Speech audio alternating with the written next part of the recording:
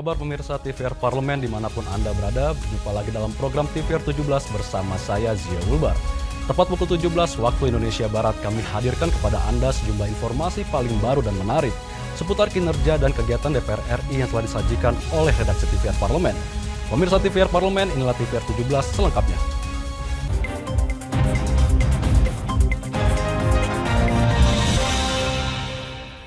Pimpinan DPR RI berharap komunikasi dan hubungan antar manusia yang baik dalam kerjasama antara Indonesia dengan Hungaria dapat menghasilkan nilai tambah bagi kedua negara. Dalam rangka memenuhi undangan pimpinan Parlemen Hungaria, Wakil Ketua DPR RI Rahmat Gobel akan meminta kementerian lembaga melalui alat kelengkapan Dewan di DPR RI untuk menjajaki dan meningkatkan berbagai peluang kerjasama antara Indonesia dengan Hungaria, terutama di bidang pendidikan dan kebudayaan serta investasi. Dalam kunjungan kerja ke Hungaria, Rahmat menyebut perlu diciptakan komunikasi dan hubungan antar manusia yang baik, sehingga kerjasama yang terjalin dapat menghasilkan nilai tambah bagi kedua negara.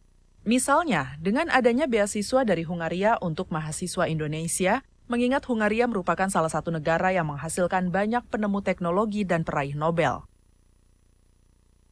Bangunan kerjasama di bidang pendidikan antara mahasiswa Indonesia sekolah di sini maupun mahasiswa yang sekolah di Indonesia dengan beasiswa dari masing-masing negara. Tidak hanya itu saja, memang juga didiskusikan tentang olahraga karena di sini juga salah satu mempunyai prestasi di sektor olahraga air khususnya, baik itu polo air maupun lain sebagainya.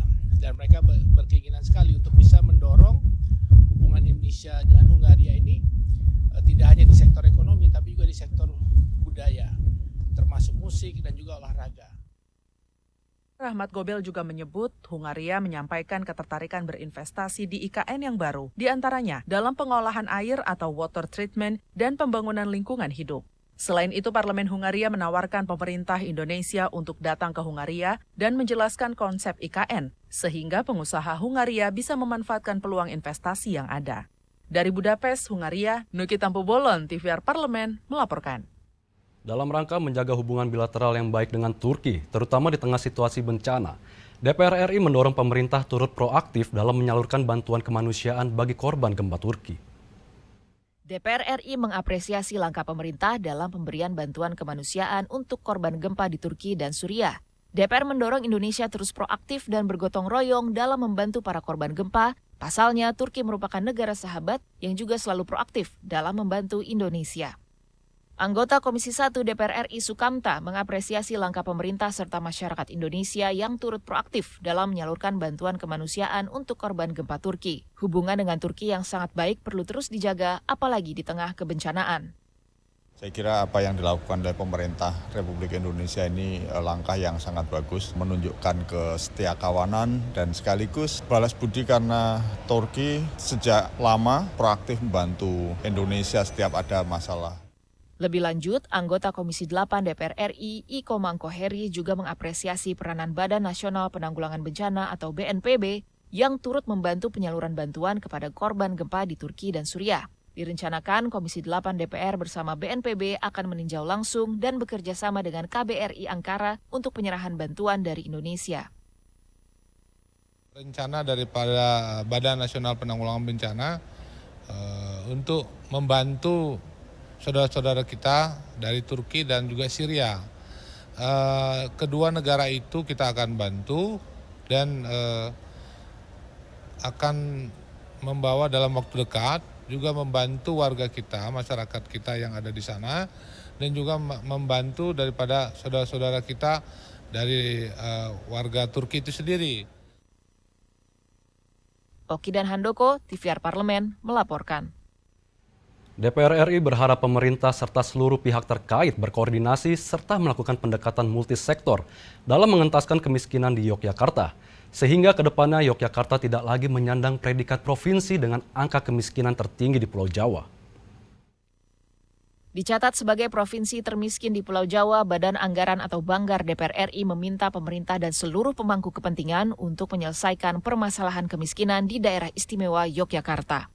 Badan Pusat Statistik atau BPS mencatat angka kemiskinan Yogyakarta mencapai 11,49% di atas rata-rata nasional sebesar 9,57%. Dalam kunjungan kerja ke Yogyakarta, anggota Banggar DPR RI Mai Esti Wijayanti meminta pemerintah dan seluruh pemangku kepentingan bersinergi dengan serius dan melakukan pendekatan multisektor untuk dapat mengentaskan kemiskinan di Yogyakarta. Itulah fakta yang kemudian kita tidak perlu beralibi apapun, tetapi kita berupaya bagaimana seluruh stakeholder di DIY ini termasuk kami anggota DPR RI-nya harus berusaha. Ada pendekatan dari seluruh sektor untuk melakukan bagaimana cara mengentaskan kemiskinan. Lebih lanjut, anggota Banggar DPR RI Sukamto mendorong para stakeholders bekerja sama dalam memberdayakan usaha mikro kecil dan menengah atau UMKM untuk meningkatkan geliat ekonomi di Yogyakarta. Sehingga ke depan, Yogyakarta tidak lagi menyandang predikat provinsi dengan angka kemiskinan tertinggi di Pulau Jawa.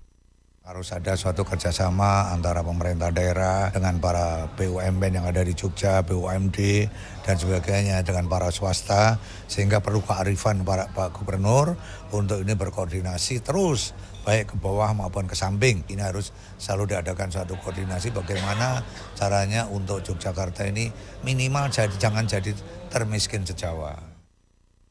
Dari Daerah Istimewa Yogyakarta, Tegar Aziz, TVR Parlemen melaporkan.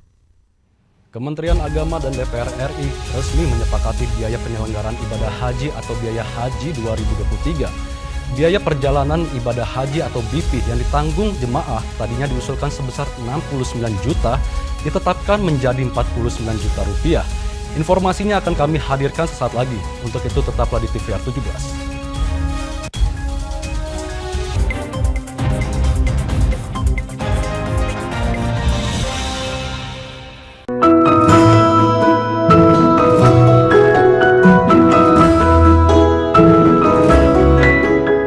Perempuan Parlemen mengungkap sisi kehidupan pribadi anggota DPR RI dan partisipasi perempuan dalam politik dan publik, keseharian dalam keluarga, dan usaha mewujudkan aspirasi masyarakat di setiap sidang sebagai wakil rakyat.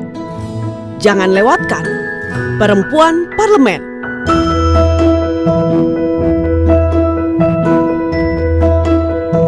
Hanya di TVR Parlemen. DPR RI memiliki fungsi diplomasi dalam menjalankan politik luar negeri sesuai dengan pasal 116 Undang-Undang MD3. Kontribusi aktif BKSAP DPR RI memainkan peranan penting dalam memenangkan persaingan global melalui IPU, IPA, IPPF, AIPA, dan PUIK. BKSAP memiliki komitmen yang tinggi dalam krisis kemanusiaan dunia. Fungsi diplomasi dijalankan untuk mendukung upaya pemerintah dalam melaksanakan politik luar negeri. Utang-utang dulu saya. Mereka yang tidak cukup paham teredukasi bagaimana menyuarakan aspirasi demi memperoleh jawaban. Sini ditambang untuk seperti itu, warga sini tidak mengizinkan. Sebab apa itu menyangkut isi perut kami semua. Hadir menelisik mulai dari hulu ke hilir. Mengapa? Nah, kalau kita telusuri kenapa banjir ini hampir setiap terjadi. Hingga menemukan apa yang belum terkuak secara nyata. Kan kabeh niku sedulur, Pak. Nek kula ngrencangi mriki, sing mriki gelo, nek kula ngrencangi mriki sing mriki gelo. Nggih kedah adil wae, Pak, tengah-tengah. Menghadirkan peran anggota DPR RI demi mendapatkan solusi. Saksikan Suara Dapil, Senin sampai Jumat pukul 10 waktu Indonesia Barat, hanya di TVR Parlemen.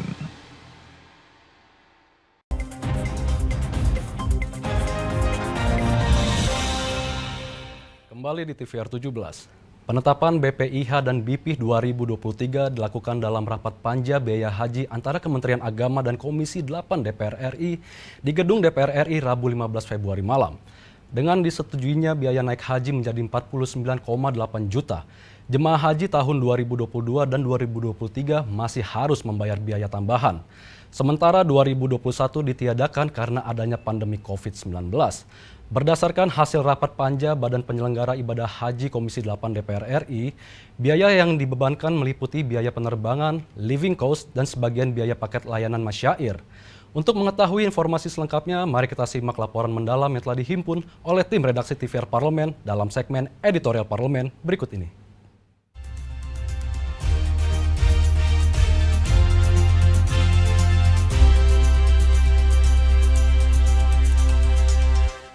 Tarik ulur biaya haji 2023 antara Dewan Perwakilan Rakyat Republik Indonesia dan Kementerian Agama akhirnya menemukan titik terang.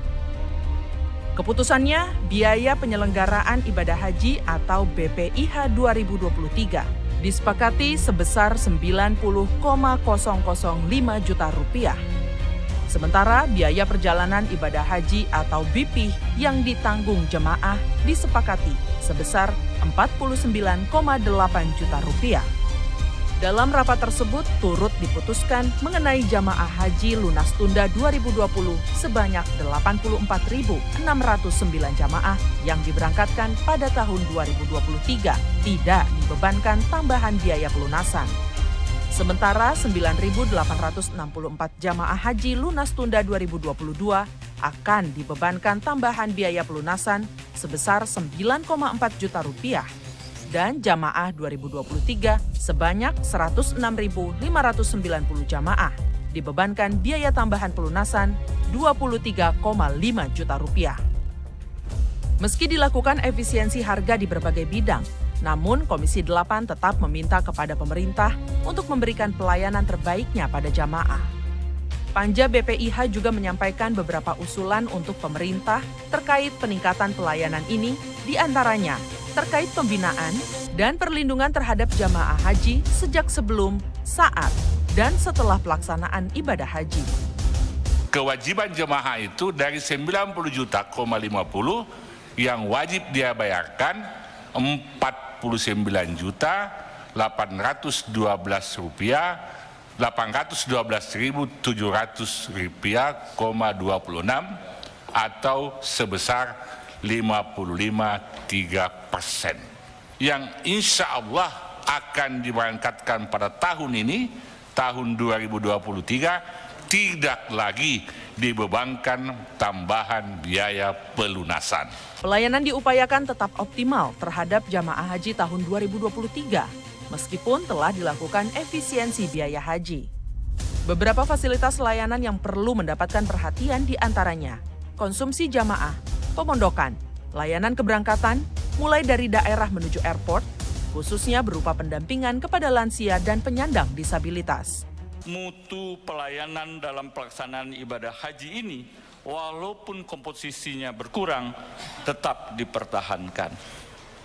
Karena merupakan kewajiban bagi kita semua untuk menyenangkan, untuk membuat nyaman, untuk membahagiakan calon jamaah haji menghadap Baitullah. Selain peningkatan fasilitas bagi para jamaah, Komisi 8 meminta Garuda lakukan efisiensi guna menekan harga tiket untuk jamaah haji agar setara dengan harga tiket reguler. Komisi 8 juga meminta BPKH meningkatkan nilai manfaat untuk menyambut calon jamaah haji tunda sebanyak 5.200.000 jamaah. Mengharapkan Garuda ini melakukan efisiensi.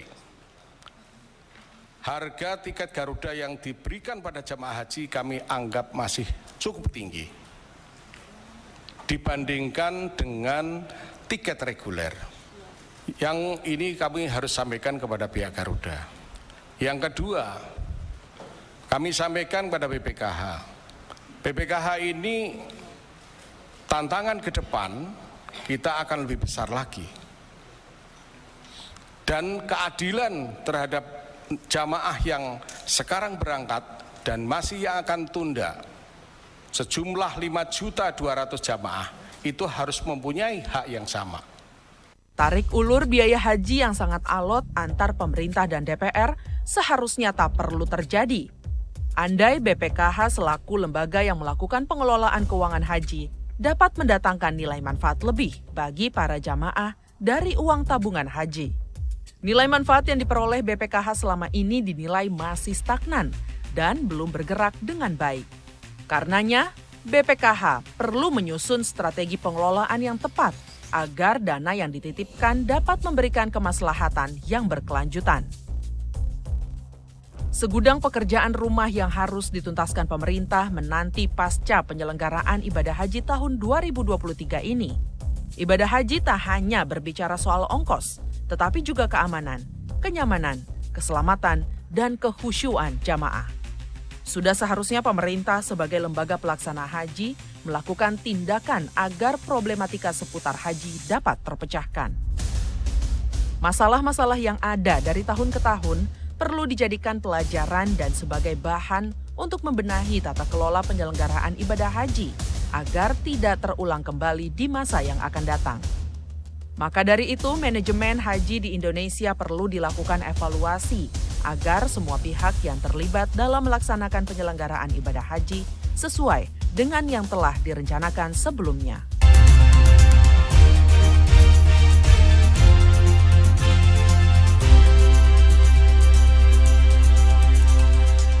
Komisi 6 DPR RI mengapresiasi langkah PT PLN dalam menekan beban take or pay hingga 47,5 triliun pada tahun 2022. Langkah cerdas PLN dalam mengoptimasi kontrak suplai listrik dengan independent power producer mampu meningkatkan efisiensi PLN selama pandemi COVID-19. Saksikan informasi selengkapnya, untuk itu jangan kemana-mana, tetaplah di TVR 17.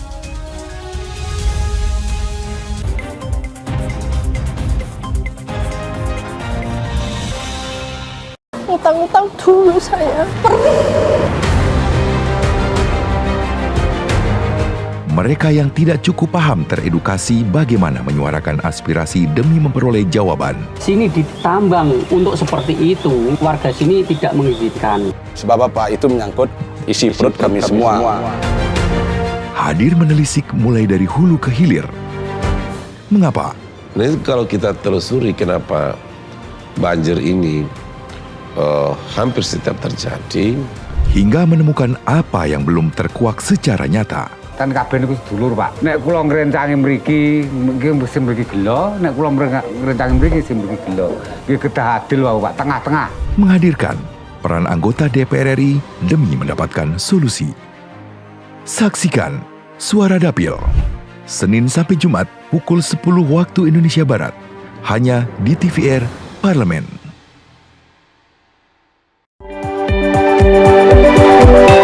Perempuan Parlemen mengungkap sisi kehidupan pribadi anggota DPR RI.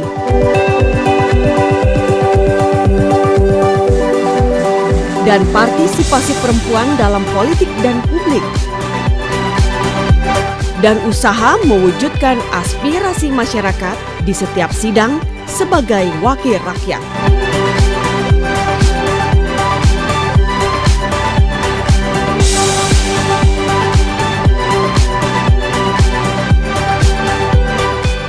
Keseharian dalam keluarga. Jangan lewatkan Perempuan Parlemen. Hanya di TVR Parlemen. DPR RI memiliki fungsi diplomasi dalam menjalankan politik luar negeri sesuai dengan pasal 116 Undang-Undang MD3. Kontribusi aktif BKSAP DPR RI memainkan peranan penting dalam memenangkan persaingan global melalui IPU, IPA, IPPF, IPA, dan PUIK. BKSAP memiliki komitmen yang tinggi dalam krisis kemanusiaan dunia. Fungsi diplomasi dijalankan untuk mendukung upaya pemerintah dalam melaksanakan politik luar negeri.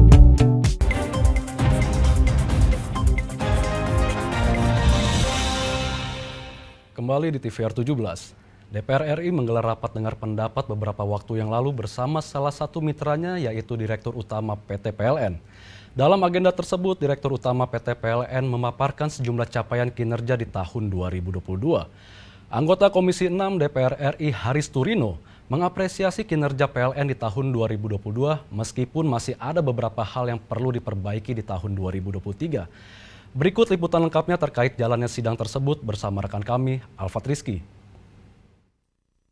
Baik pemirsa TVR Parlemen dimanapun Anda berada, saat ini saya berada di depan ruang sidang Komisi 6 DPR RI, di mana Komisi 6 DPR RI sedang atau pada waktu ini menggelar rapat dengar pendapat, yaitu salah satunya dengan mitra, yaitu dengan Direktur Utama PT PLN Persero, dengan agenda salah satunya itu pembahasan terkait dengan evaluasi kinerja PT PLN Persero di tahun 2022.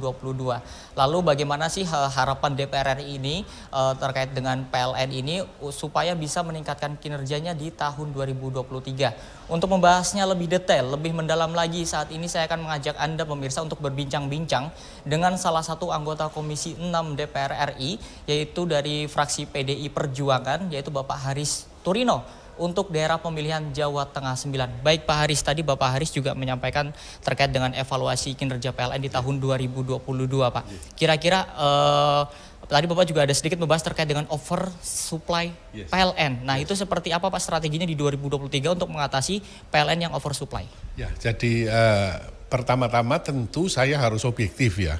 Harus memberikan apresiasi kepada PLN. Bahwa kinerjanya di tahun 2022 mengalami peningkatan dari dua hal paling tidak.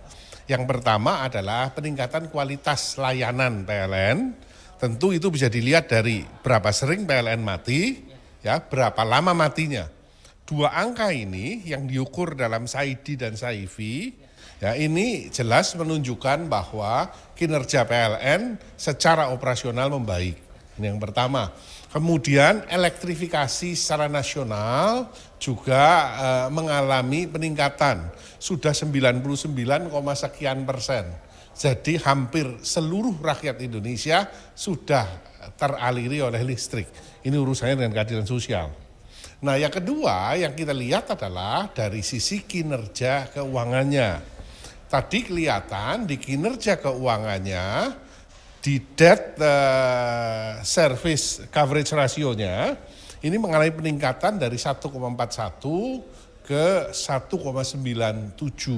Sehingga dari sini kelihatan dalam jangka pendek ini keuangan PLN cukup sehat. Ya, itu yang kita lihat. Nah, tapi faktanya ada masalah juga di situ, ya. Ada masalah yaitu oversupply dan ini bukan terjadi tahun ini. Mulai dari tahun 2020 sudah oversupply, 2021, 2022 dan 2023. Kondisinya memang saat ini oversupply kira-kira sekitar 40-50%. Nah, bagaimana strategi di tahun 2023 ini Pak untuk dari DPR sendiri untuk bisa mengatasi oversupply tersebut? Ya, jadi nomor satu tentu saja jumlah pembangkitan baru, ya terutama yang menggunakan batu bara, ya ini dikurangi. Jadi yang masuk ini dikurangi pembangkitannya, ya itu yang pertama. Yang kedua tentu meng-create demand-nya. Ya, permintaannya ditingkatkan. Caranya seperti apa?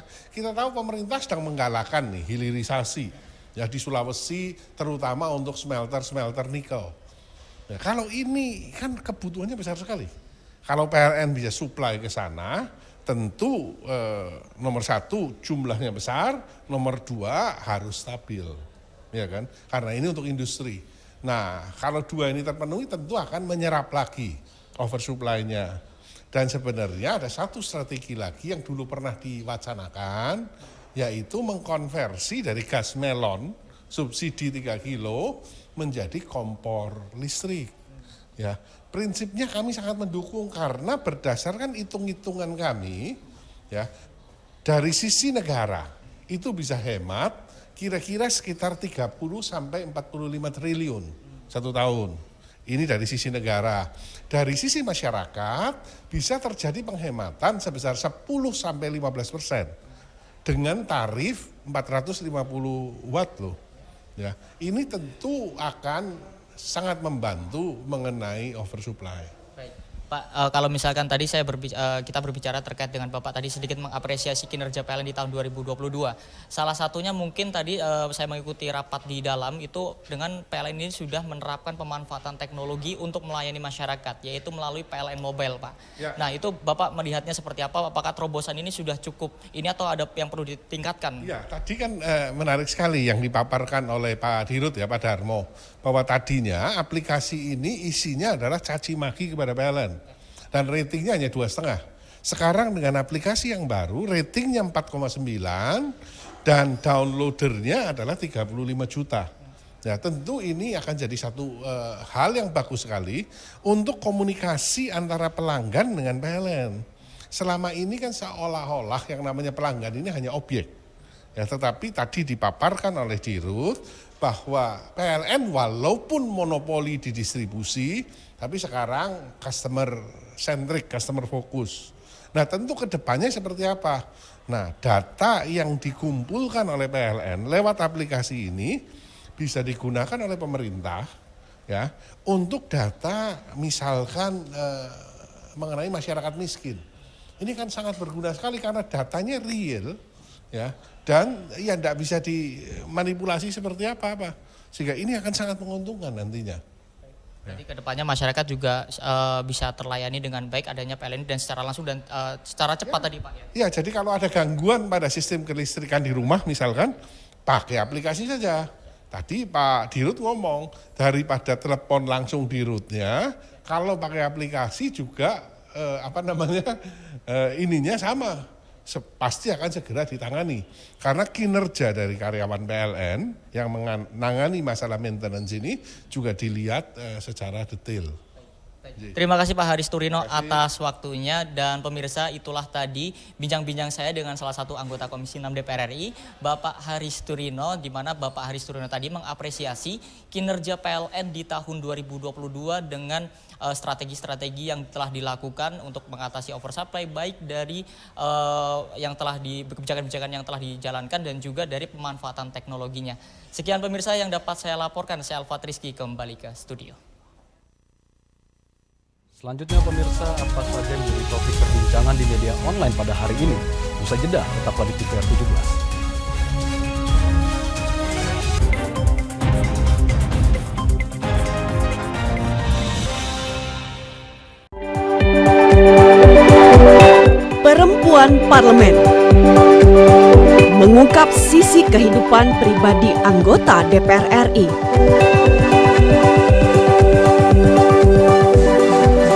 Dan partisipasi perempuan dalam politik dan publik. Dan usaha mewujudkan aspirasi masyarakat di setiap sidang sebagai wakil rakyat.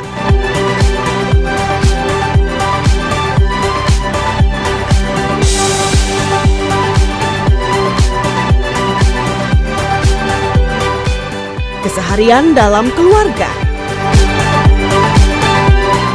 Jangan lewatkan Perempuan Parlemen. Hanya di TVR Parlemen. Utang-utang dulu saya. Mereka yang tidak cukup paham teredukasi bagaimana menyuarakan aspirasi demi memperoleh jawaban. Sini ditambang untuk seperti itu, warga sini tidak mengizinkan. Sebab apa? Itu menyangkut isi perut kami semua. Hadir menelisik mulai dari hulu ke hilir. Mengapa? Nah, kalau kita telusuri kenapa banjir ini hampir setiap terjadi, hingga menemukan apa yang belum terkuak secara nyata. Kan kabeh niku sedulur, Pak. Nek kula ngrencangi mriki, sing mriki gelo, nek kula ngrencangi mriki sing mriki gelo. Nggih kedah adil wae, Pak, tengah-tengah. Menghadirkan peran anggota DPR RI demi mendapatkan solusi. Saksikan Suara Dapil, Senin sampai Jumat pukul 10 waktu Indonesia Barat, hanya di TVR Parlemen.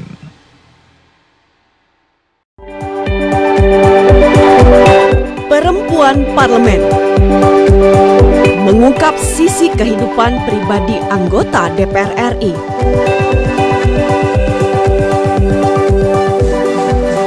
Dan partisipasi perempuan dalam politik dan publik. Dan usaha mewujudkan aspirasi masyarakat di setiap sidang sebagai wakil rakyat.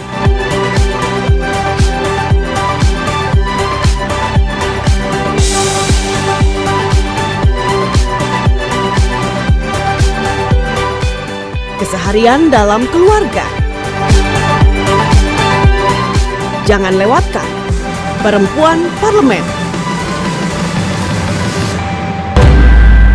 Hanya di TVR Parlemen.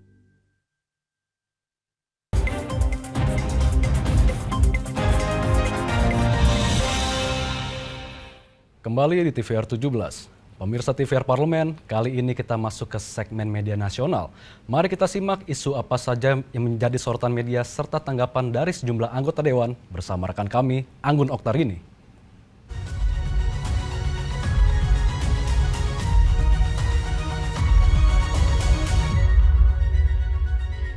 Terima kasih rekan Zia dan pemirsa. Berita pertama yang menjadi headline di media online yaitu di mana DPR RI dukung keputusan Ketum PSSI berantas mafia bola. Nah, ini di beberapa media ini disebutkan dibahas bahwa Komisi 10 DPR RI menyambut baik keputusan Ketua Umum PSSI Erick Thohir dalam memberantas para mafia bola. Permasalahan sepak bola sangatlah kompleks di mana di sini PSSI dapat memulai menyelesaikan persoalan tersebut secara parsial. Permasalahan ini dapat dilatar belakangi karena adanya isu kesejahteraan para pemain dan aparat pertandingan untuk memenuhi haknya serta harus adanya komunikasi yang baik antara PSSI maupun juga Polri.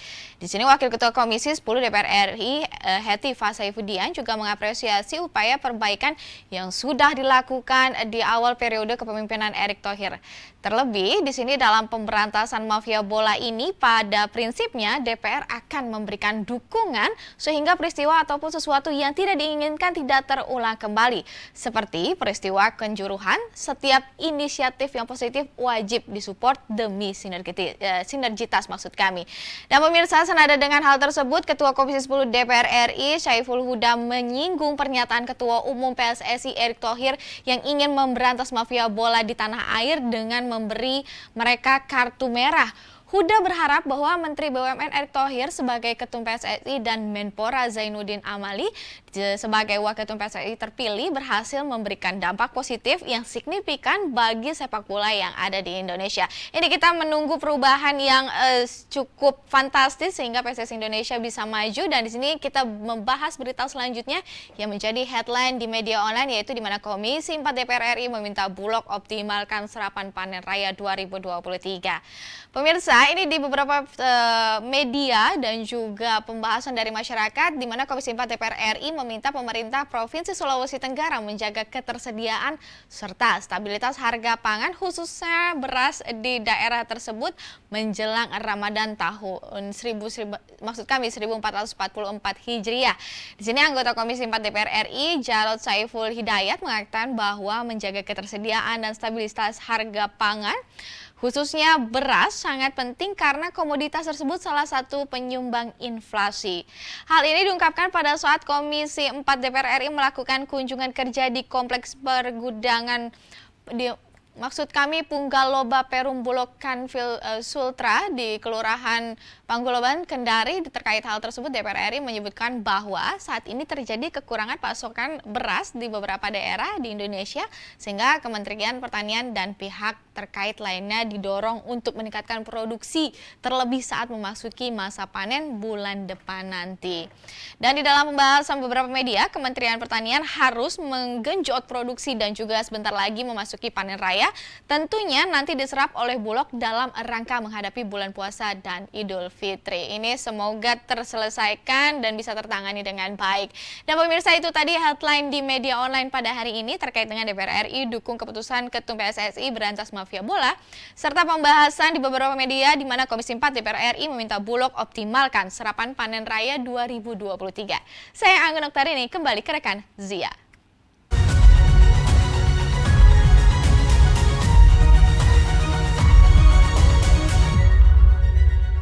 Terima kasih rekan Anggun yang telah menyampaikan sejumlah sorotan dari media online nasional pada hari ini. Pemirsa TVR Parlemen, segmen media online tadi sekaligus menutup program TVR 17 edisi sore hari ini. Saya Zia Ulbar beserta seluruh kru TVR Parlemen yang bertugas mengucapkan terima kasih dan undur diri dari hadapan Anda. TVR Parlemen, referensi Indonesia.